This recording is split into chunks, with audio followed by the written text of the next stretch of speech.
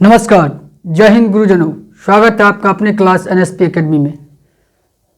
तो आइए आज हम स्टार्ट कर रहे हैं संख्या आधारित प्रश्न को। पिछले क्लास में हमने इस पर थ्योरी देखा था और आज क्वेश्चंस को देखेंगे।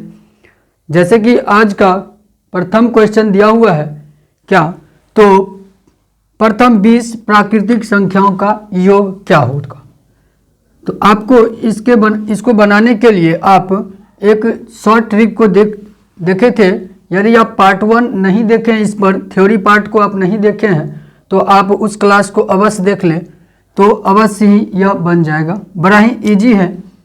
आप कैसे बनाएंगे, इसको बनाने के लिए हमने आपको एक ट्रिक बताई थी कि n इंटू एन प्लस 1/2 करके आप बनाएंगे।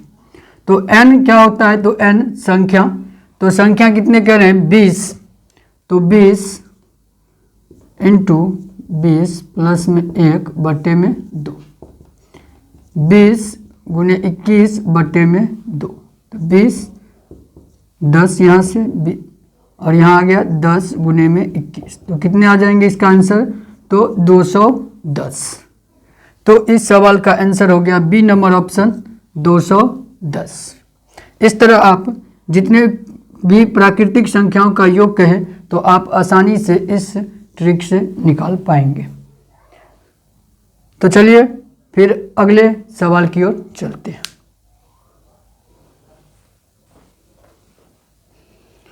तो आइए, ये यहाँ नेक्स्ट प्रश्न, प्रथम 40 प्राकृतिक संख्याओं का योग होगा। ठीक जैसे कि क्वेश्चन फर्स्ट में हमने किया था, सेम वही है। वहाँ पर 20 था और यहाँ पर 40 प्राकृतिक संख्याओं का योग पूछ रहा है। तो आप फटाक से आप इस पर आप निकालें n इंटू एन प्लस 1/2 पर आप निकाल लें, तो 40 और 40 से 41 बटे में 2, तो 20, 40 4 2 4 दूनी 8 0 820। तो प्रथम 40 प्राकृतिक संख्याओं का योग क्या होगा, तो 820। तो इस सवाल का आंसर हो जाएगा सी नंबर ऑप्शन। समझ में आ रहा होगा। तो चलिए फिर अगले सवाल की ओर चलते हैं। तो आइए, ये रहा अगला प्रश्न, 5 के प्रथम 8 गुणजों का योगफल होगा। तो इसके लिए भी हमने आपको एक शॉर्ट ट्रिक बताई थी क्या, तो इसके लिए आप kn इंटू एन प्लस 1/2 करके आप निकालेंगे। देखिए वही है जैसे अभी हम पीछे में प्राकृतिक संख्या को निकालने के लिए n इंटू एन प्लस 1/2 के रूप में निकाले थे, बस वही करना है। और k यहाँ पर गुना में है, तो यानी k का मतलब यहाँ होता है किसका गुणज कह रहा है, तो 5 का कहता है गुणज, 5 के प्रथम 8 गुणज, तो आप 5 से गुना कर देंगे। जितने का गुणज कहेगा उतने से आप गुना कर लेंगे। आप चाहें तो इसको ऐसे भी याद रखें, बस लास्ट में आप क्या करें, तो जिसका गुणज कहे उससे आप गुना कर दें। तो आप यहाँ पर चाहें तो इससे पहले आप निकाल लें, जैसे 8 गुणज कहता है तो 8 और 8 1 9 बटे में 2 करके 2 चौके 8 4 9 36। अब किसका कहता है, तो 5 का गुणज, तो आप 5 से इसको गुना कर दें, तो 6 5 30 3 और 5 3 15 3 18, तो 180 इसका आंसर निकल के चला आया। तो इस सवाल का आंसर बी नंबर ऑप्शन में दिया है 180। तो इसको आप इस तरीके से भी निकाल पाएंगे। ये 5 क्या है, तो ये 5 जिसका गुणज कह रहा है। आप n इंटू एन प्लस 1/2 करके निकाल लीजिए और जितना आएगा उसको आप जिसका गुणज कह रहा है उतना से आप गुना कर दीजिए, तो बस आंसर निकल कर चले आएगा। समझ में आया होगा। तो चलिए फिर अगले सवाल की ओर चलते हैं।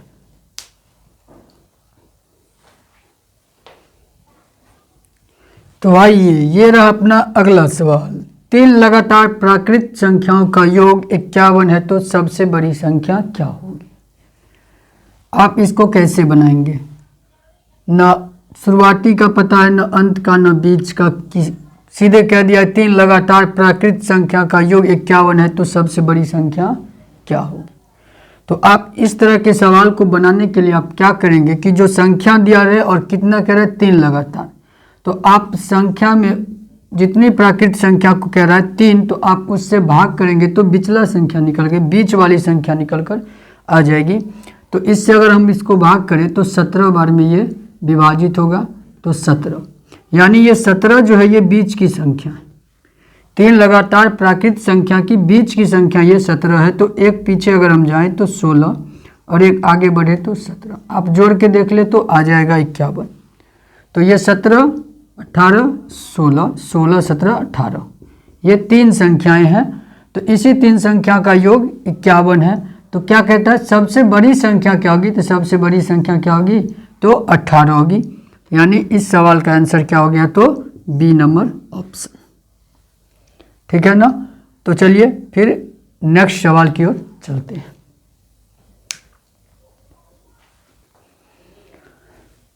तो चलिए ये रहा अपना अगला सवाल। 5 लगातार प्राकृत संख्याओं का योग 55 है, तो दूसरी और 5वीं संख्या का अंतर क्या होगा। तो इस तरीके का सवाल दिया हुआ है। तो सबसे पहले तो हमें ये देखना होगा कि वो संख्या क्या है, वो 5 लगातार प्राकृत संख्या है क्या, तभी तो हम दूसरी और 5वीं का अंतर निकाल पाएंगे। तो इसको कैसे निकालें, तो आप निकालने के लिए अभी हम जस्ट बताए थे क्या कि जो संख्या दिया हुआ है और कितना कह रहा लगातार, तो 5, तो आप 5 से इसको भाग कर दें तो बिचला संख्या निकल कर चला आएगा। तो 5 से आप इसे विभाजित करेंगे तो 11 बार में, तो 11 आपका बीच का संख्या हो गया। तो बीच का संख्या हुआ तो या दो इधर संख्या होगा, 2 इधर संख्या होगा। तो इधर क्या होगा 10, 9, इधर 12 और 13। अब आप चाहें तो जोड़ कर देख ले 55 आता है या नहीं। तो आप जोड़ेंगे तो 55 आ जाएगा। तो ये कह क्या रहा है कि दूसरी और 5वीं संख्या का अंतर, तो दूसरी संख्या ये और 5वीं संख्या ये, तो इस दोनों के बीच कितना का अंतर है, तो 3 का अंतर। तो हो गया, मिल गया अपना आंसर। तो ए नंबर ऑप्शन में दिया हुआ है 3, तो यही हुआ इस सवाल का आंसर। चलिए अगले सवाल की ओर चले। तो चलिए फिर अगले सवाल की ओर चलते हैं। तो आइए ये रहा अगला सवाल। एक संख्या तथा उसके 3/5वें भाग का अंतर 50 है, वह संख्या कौन सी है। बड़ा ही सिंपल सा सवाल है, आप कर पाएंगे। तो करिए आप कि एक संख्या मान लेते हैं हम, संख्या x है, तो x और उसके 3/5वें भाग का अंतर, तो x और 3x/5, 3/5वें भाग यानी x का 3/5वां भाग, तो x गुने में 3, तो 3x/5 का कहता है अंतर कितना है, अंतर यानी घटा कितना है, दोनों को अगर माइनस कर दे, इसमें से इसको माइनस कर दे तो कितना है 50। अब आप यहाँ से करें तो यहाँ से आप एलसीएम करेंगे तो 5 और यहाँ पर 5x माइनस में 3x बराबर में 50। तो यहाँ से हो गया 2x/5 बराबर में 50। तो यहाँ से अगर आप x को निकालना चाहें तो 50 गुने में 5/2, तो ये विभाजित होने के बाद 25, तो 25 5 125। तो ये रहा वह संख्या 125 है जिसके 3/5वें भाग को अगर इसमें से घटा दे तो 50 प्राप्त होगा। तो इसका आंसर क्या हो गया, तो 125 यानी डी नंबर ऑप्शन। तो चलिए फिर अगले सवाल की ओर चलते हैं। तो आइए ये रहा अपना अगला सवाल कि एक संख्या, यहाँ पर संख्या छुटा हुआ है तो यहाँ संख्या होगा, एक संख्या के दोगुने में 9 जोड़ने से प्राप्त संख्या का तिगुना 75 है, वह संख्या क्या है। एक संख्या के दोगुने में 9 जोड़ने से, एक संख्या के दोगुने, एक संख्या मान लिए हम x, संख्या मान लिए हम x है, तो कहता है इसके दोगुने में 9 जोड़ने से जो संख्या प्राप्त हुआ उसका तिगुना कितने के बराबर है, 75 के बराबर। तो आप यहाँ से निकाल पाएंगे, तो यहाँ से निकाल पाएंगे क्या, तो यहाँ पर 2x + 9 को हम रख लें और 3 को इधर, 3 से इधर 75 में हम यहाँ पर इसको अगर हम डिवाइड कर दे तो कितनी बार में, 25 बार में। तो यहाँ से क्या आ गया, 2x + 9 = 25। तो यहाँ से आप निकालेंगे तो 2x बराबर 25 में से आप 9 घटाएंगे तो कितना 16 होगा, और x बराबर 16/2 और 2 से विभाजित करने के बाद 8, यानी x का मान आ जाएगा 8। वह संख्या x है तो x का मान 8। तो 8 वह संख्या जिसके दोगुने में 9 जोड़ दे और उसमें उसको फिर तिगुना कर दे तो 75 आ जाएगा। तो यही 8 है, तो इसमें कहाँ पर है, डी नंबर ऑप्शन। तो यही हो गया आंसर इस सवाल का। चलिए अगले सवाल की ओर चलते हैं। आइए ये रहा अपना अगला सवाल। 3 क्रमागत धनात्मक संख्याओं के वर्गों का योग 363 है, तदनुसार उन संख्याओं का योग कितना होगा। आप पीछे पढ़ चुके हैं कि कोई संख्या का योग दिया रहे और यहाँ पर 3 क्रमागत 5 क्रमागत दिया रहे, तो आप मध्य संख्या निकालना जान चुके हैं। तो आप यहाँ से मध्य संख्या को निकालिए। तो मध्य संख्या निकालेंगे तो यहाँ पर तो क्या हो जाएगा, इससे विभाजित 3 से विभाजित होने के बाद तो 1 2 1 कितना 121। 121 आया इसका मध्य संख्या। जरा ठहरिए, ये 121 है क्या, तो यहाँ आप देखिए तो वर्ग है। 121 क्या है, वर्ग है। वह संख्या मूल संख्या नहीं है, ये वर्ग के रूप में संख्या। तो वर्ग के रूप में तो 121 किसका वर्ग होता है, तो 121 11 का वर्ग होता है। 11 का वर्ग होता है, यानी संख्या हुई 11। मध्य संख्या क्या हुई 11। समझ में आया क्या कि 363 दिया था वर्ग के रूप में, हमने 3 से विभाजित किया इसको, 121 है जो कि वर्ग के रूप में है। तो वर्ग के रूप में है तो इसको संख्या कौन सी संख्या का ये वर्ग है, तो 11 का। तो मध्य संख्या 11 हुआ, तो इसलिए कि पिछली वाली संख्या क्या होगी 10 और अगली संख्या क्या होगी तो 12। अब कहता है इन संख्याओं का योग क्या होगा, वही पूछ रहा है। तदनुसार उन संख्याओं का योग, तो उन संख्याओं का योग आप इसे जोड़ दीजिए तो योग निकल जाएगा। तो कितना हो जाएगा 10 10 20 10 30 30 3 33। तो 33 इस सवाल का आंसर होगा। तो क्वेश्चन नंबर 8 का आंसर बी नंबर ऑप्शन 33 निकल गया। आप यहाँ पर 121 दिया हुआ है, हो सकता है कहीं ऑप्शन में आपको यहाँ पर सीधे स्क्वायर के रूप में ही दे दे, तो आप जरा संभल के कि ये जो निकलेगा तो आप देख लेंगे कि वर्ग है, तो यहाँ पर आपको मध्य के रूप में वर्ग निकलेगा। तो पहले आप उसका वर्गमूल निकाल लें। तो 121 का वर्गमूल 11, तो 11 हुई आपकी मध्य संख्या, और फिर उसके आगे पीछे वाली संख्या लिखकर तब उसका अपना जो भी कहे सवाल वो निकालें। जैसे यहाँ योग कह रहा था तो हमने योग निकाला। समझ में आई होगी। तो चलिए फिर अगले सवाल की ओर चलते हैं। चलिए क्वेश्चन नंबर 9 कहता क्या है कि किसी संख्या को 24 से भाग देने पर शेषफल 16 आता है। यदि उसी संख्या को 12 से भाग दिया जाए तो शेषफल क्या होगा। सवाल देखने में लंबा लगता है, लेकिन बनेगा कितना आसानी से और कितनी कम समय में बनेगा आप सोच भी नहीं सकते। आप देखेंगे तो कहेंगे सवाल तो बहुत बड़ा है, पर आप एक बात जान लें कि यह देखने में ही बड़ा है, पर सॉल्यूशन करने के लिए बहुत ही छोटी समय लेगी, बहुत ही कम समय लगेगा इसमें।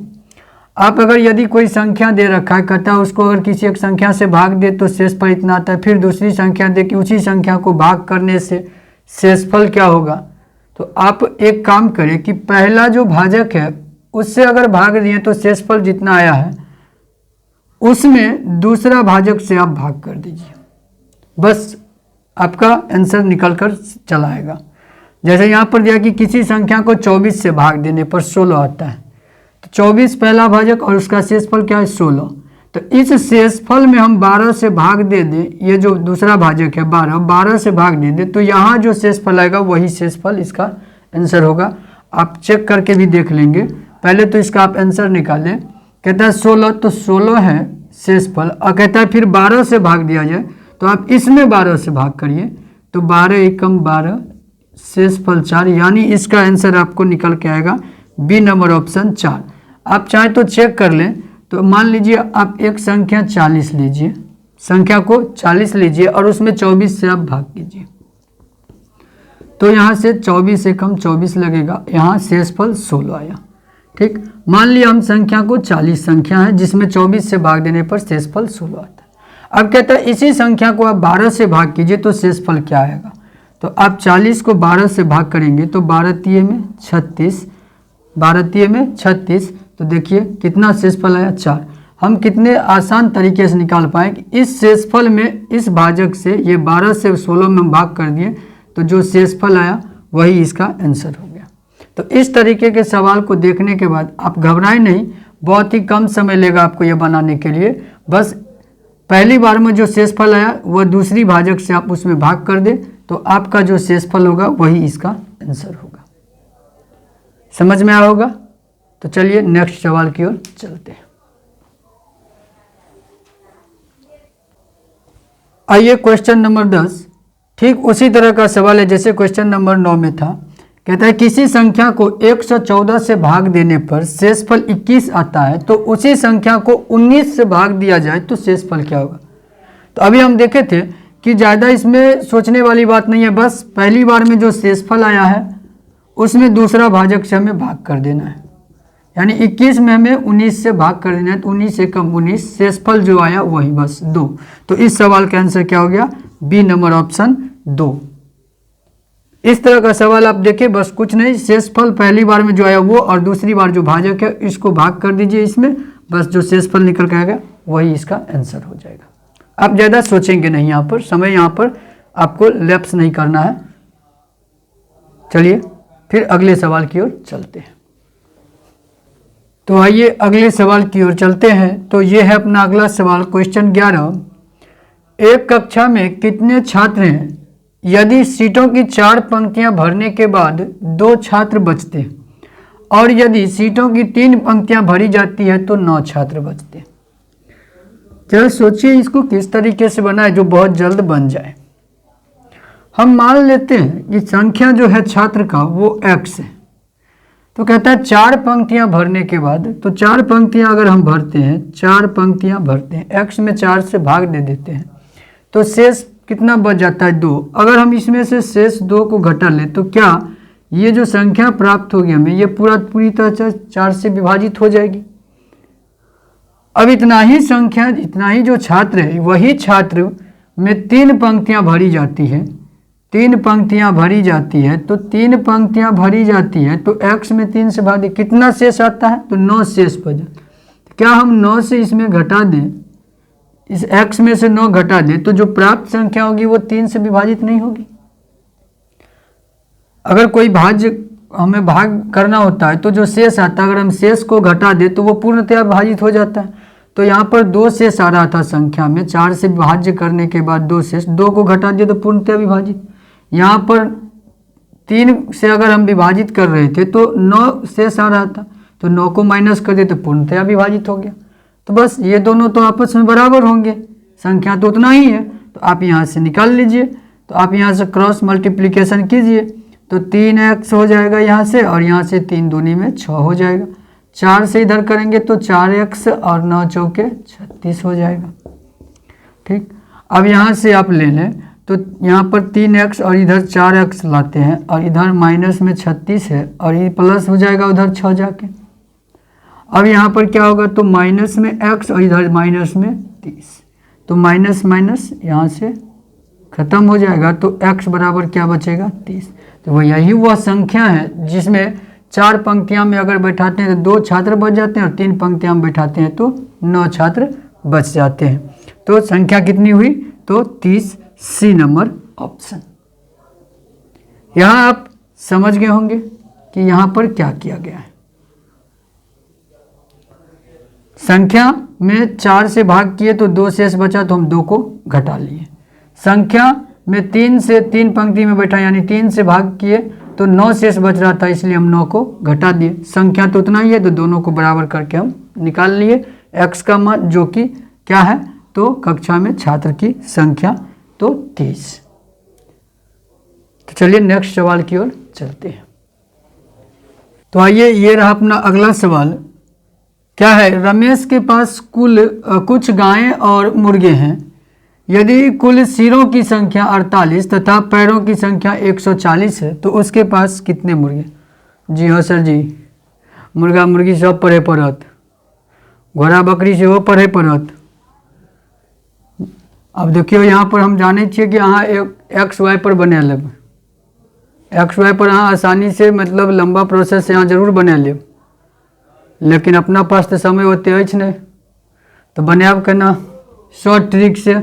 तो चलू शॉर्ट ट्रिक एकर बतबै छी जे यदि दू पैर वाला पूछ देत, दू पैर वाला जानवर के अगर पूछ देत संख्या, तब की करब, तब लिखब अहाँ 4 में h और माइनस में l बटे में 2 लिख लेब। h कहे के मतलब भए गेल हेड यानी सिर, आ l कहे के मतलब भए गेल यहाँ पर लेग पैर, ठीक ना। यहीं पर अगर अहाँ के पूछ देत 4 पैर वाला जानवर के अगर पूछ देत संख्या, तब अहाँ l माइनस 2h बटे 2 लिखब, ठीक। तो यहाँ जेना अहाँ के पूछ रही हो कि उसके पास कितने मुर्गे, मुर्गा की संख्या पूछे तो 2 टांग वाला के पूछे तो 2 टांग वाला के निकालू। तो 2 टांग वाला के केना निकालब, तो 2 टांग वाला के एना निकालब 4h माइनस l बटे 2 पर। तो 4h कते, तो 4h देखियो सिर की संख्या 48, आ l कते देने यो 140 देने यो, बटे में 2 राख लियो। चलू तो एने अहाँ के भए गेल कते 8 चौका 32 आ 4 चौके 16 आ 16 3 में 19 माइनस में 140, ठीक। 192 भेल तो आ माइनस में 140 आ बटे में 2, तो घट के कते आयल, तो 2 आ 5 52, 52 बटे में 2, तो अहाँ कट के यहाँ पर 26 चलिए। तो बस बड़ा आसानी तरीका से अहाँ निकाल पाबे कि 26, यानी डी नंबर ऑप्शन में अहाँ के आंसर देने अछि। तो डी नंबर ऑप्शन भए गेल अहाँ के क्वेश्चन नंबर 12 के। बस अहाँ ई सब चीज, ई दूगो चीज अहाँ याद रखब, ई दूगो चीज अहाँ याद रखब। 4 पैर वाला कहत तो l माइनस 2h बटे 2, आ 2 पैर वाला तो 4h माइनस l बटे में 2। हाँ, मुर्गा मुर्गी गाय बकरी भैंस सब पढ़े पड़त, ऐसे टाइप के क्वेश्चन आ रहत। तो चलू फिर अगला सवाल की ओर चले छी। तो आइए, ये रहा अपना अगला सवाल। क्या है कि 5 बच्चे एक खेल प्रतियोगिता में भाग लेते हैं, हर एक बच्चे को दूसरे बच्चे के साथ खेलना जरूरी है, उन सब को कितने खेल खेलने पड़ेंगे। इस तरीके के सवाल में भाषा कभी कभी चेंज करके पार्टी देता है कि एक पार्टी में 10 लोग हैं, प्रत्येक लोग को एक दूसरे से हाथ मिलाना है, तो कितनी बार हाथ मिलेंगे। तो इस तरीके के सवाल को कैसे बनाएं, तो आप इस तरीके के सवाल के लिए आप शॉर्ट ट्रिक यूज करेंगे। अब लॉन्ग ट्रिक के लिए तो ये पता नहीं, प्रोसेस में बहुत ही लंबा हो जाएगा। तो आप करें कि शॉर्ट ट्रिक का प्रयोग करें क्या, तो आप n इंटू n माइनस 1/2 पर आप रख लें, तो आपको बहुत जल्द निकल जाएगी इस सवाल का हल।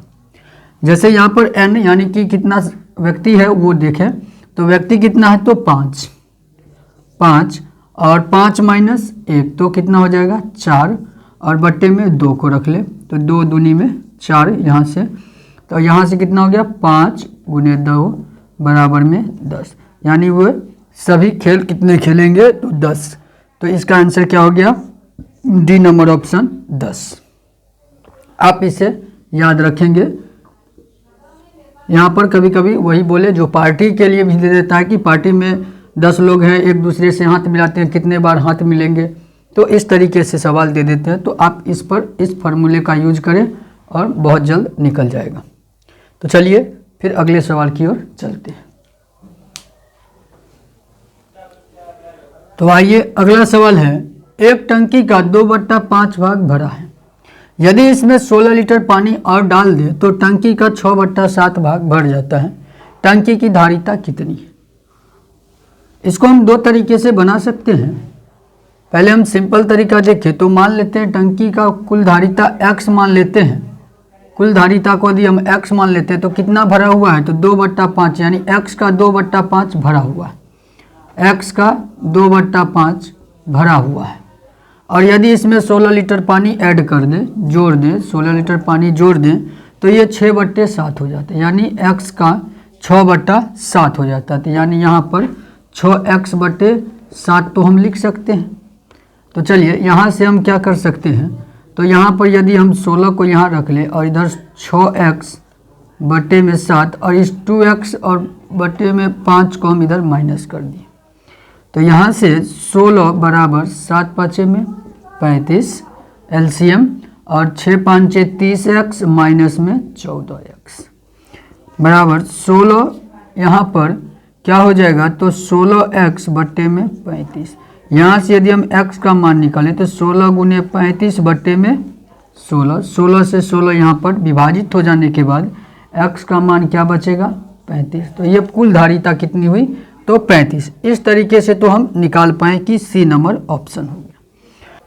तो चलिए अब हम इसको दूसरे तरीका से बनाते हैं। तो मैंने कहा था 2 तरीका से, तो चलिए एक तरीका तो आप देख लिए कि ये सिंपल एकदम प्रोसेस से बन गया। आप एक थोड़ा सा माइंड अप्लाई करें थोड़ा सा, तो आप इतना दूर में भी सवाल को बना सकते हैं, इस छोटी सी जगह में भी। क्या कहता है कि देखिए, तो आप यहाँ से जैसे है कि 6/7 हो जाता है कब, 2/5 से। कब हो जाता है, तो 16 लीटर पानी जोड़ने के बाद उसमें 16 लीटर पानी और डालते हैं। यानी इसमें अगर हम देखें तो इस दोनों के बीच का जो अंतर है वो 16 लीटर है।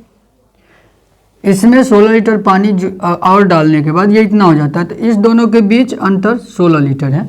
तो यदि हम अंतर निकाल लें तो हमें पता चल जाएगा कि जो कुल धारिता कितनी है। तो आप 6/7 में से 2/5 को यदि आप घटा लें तो ये 16 के बराबर है ना, 16 के बराबर है। तो आप यहाँ से निकालें तो 7 और 5 का एलसीएम तो 35 होगा, और यहाँ से आप करेंगे तो 6 7 5 6 5 30 हो जाएगा यहाँ पर, और यहाँ पर कितना हो जाएगा, तो 14 बराबर में 16। आप यहाँ से ले तो क्या हो जाएगा, 16 बटे में 35 बराबर में 16। यहाँ से 16 16 एक बार में कट गया, तो ये 35 से कम 35, यानी कि कुल धारिता कितनी है, तो 35। तो इस तरीके से आप निकाल सकते हैं। दोनों तरीका मैंने आपको बताया है, तो आपको जो अच्छा लगे आप उसका प्रयोग करें। ये थोड़ा ज़्यादा हो जाता है और ये बहुत कम होता है, तो आप इसको भी याद रख सकते हैं रखने के लिए। तो चलिए अब फिर नेक्स्ट सवाल की ओर चलते हैं। तो चलिए ये रहा अपना अगला सवाल। क्या है कि प्रथम 15 प्राकृत संख्याओं के घनों का योग क्या होगा। तो इस तरीके के सवाल को बनाने के लिए हम पिछले क्लास में हम बता दिए थे, जो इसका थ्योरी पार्ट हम क्लास लिए थे, संख्या प्रधानित प्रश्नों का थ्योरी पार्ट क्लास में हम बता दिए थे। इसके लिए आप एक छोटा सा ट्रिक हम बताए थे वहाँ पर कि इस तरीके का कोई 20 प्राकृत संख्याओं का घनों का योग, मतलब यहाँ पर n प्राकृत संख्याओं के घनों का योग कह दें निकालने के लिए, तो आप कैसे निकालेंगे। तो उसके लिए हमने आपको बताया था कि n × n+1/2 रखेंगे और इस पूरे का हम स्क्वायर कर देंगे, तो बहुत जल्द निकल जाएगा। तो यहाँ से आप देखें तो n का मान कितना दिया है, तो 15, और 15 में 1 जोड़ने के बाद 16 और बट्टे में 2 और इसका पूरा का स्क्वायर। तो यहाँ से हम देखें तो 8 बार में ये कट जाएगा, तो 15 8 120, 120 का आप स्क्वायर कर दें तो 12 12 144 और ये 2 0। तो यहाँ से आपका निकल गया कितना, 14,400। तो इस सवाल का आंसर हो गया 14,400, जो कि सी नंबर ऑप्शन में दिया हुआ है। तो आज का क्लास यहीं तक रखते हैं। यदि आप इसका पार्ट 1 यानी थ्योरी पार्ट आप नहीं देखे हैं तो आप अवश्य देख लें, वहाँ पर हमने बहुत सारे थ्योरी पार्ट में ट्रिक को बताया हुआ है, तो आप उसे अवश्य देख लें। तो चलिए आज यहीं विदा लेते हैं। तो जय हिंद, धन्यवाद। देखो।